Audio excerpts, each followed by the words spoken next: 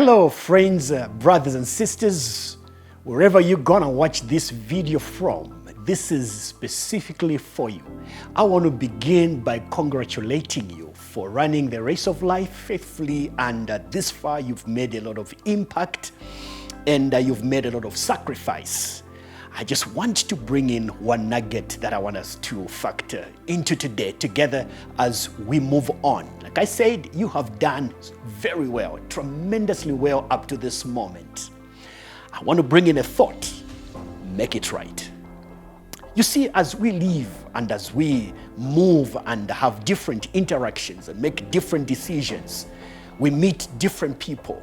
We associate with different associations and groupings and or organizations. We meet people from different races, and our lives are adjusted continuously, and we end up being altered, and we end up making certain decisions that we come to realize later on in life that actually that was a mistake.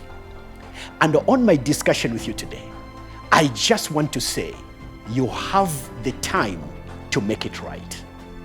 We may be facing a political pressure, we may be facing economic pressure. Whatever it is, I think there is no shame to come back and make things right. It's human to err, and it is okay to make mistakes. But what we need to have is courage to correct what went wrong in our lives.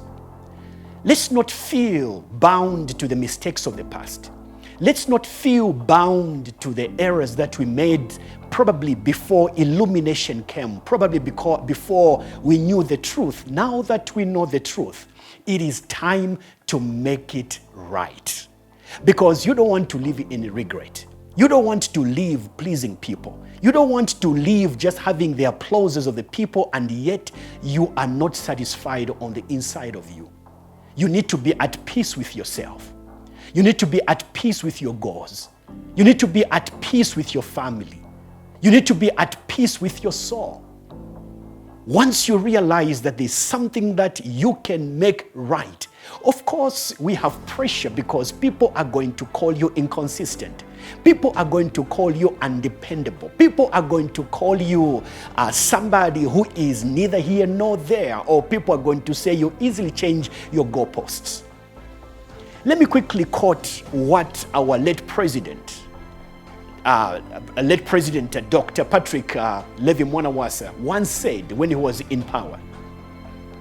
Mwanawasa made a stance over a particular issue. But later on, after illumination, he realized that what he stood on and what he said wasn't right. So he changed his position on that. And the whole country rose up against him. They called him inconsistent. They called him unstable. But his response is what really shook me, and that is why I am quoting him today. Because what he said really changed my life. He said, and I quote, "I would rather be right than being consistent." And that is where we are in life sometimes. We feel pressure to be consistent, and yet we understand that what we are consistent in is wrong. Make it right. It is you. This is what you only can do. People who surround you, there are people who are around you because of your fame. There are people who are around you because of your pocket, and all they want is you to have the applauses of the people, to have the crowd around you. They don't really care about your peace. They don't care about the stability of your mind. They don't care about anything else. They follow you because of the name. But you and I understand that there are moments when the name is unsustainable. Make it right, my brother. Make it right, my sister. No matter how far you have gone, you can come back and make it right. Let me conclude by quoting from the Bible, the Word of God.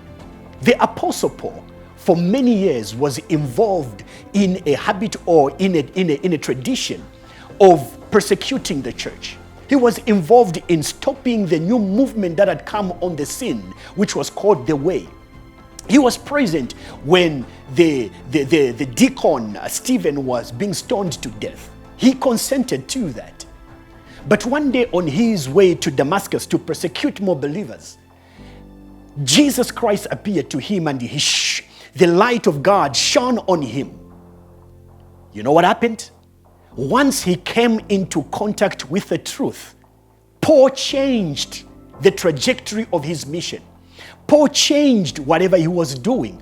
Of course, he landed into trouble with the Pharisees and the Sadducees, all the teachers of the law and the political system, because he was on their side. But once he came into contact with this new light, he realized that he was not going to live in what people really approved. He had to come and live in the truth. So Paul was ever in contention with the old lifestyle, the people that were friends with him during that moment. But Paul realized that it was better to live for the truth than to live to please man. What are you battling with today? What pressure do you have today? I want to tell you that this is your life, you live once. This is your life, and you live to face the consequences of the decisions that you make.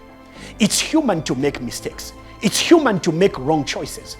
It's human sometimes to offend. But it is also human, and it takes courage to make things right. Whatever you're facing today, you have the power to correct it. This is your moment with your friend Cyrus. I'm glad you stayed on and you listened to me. I love you, and I'll see you again next week at the same time. Bye-bye.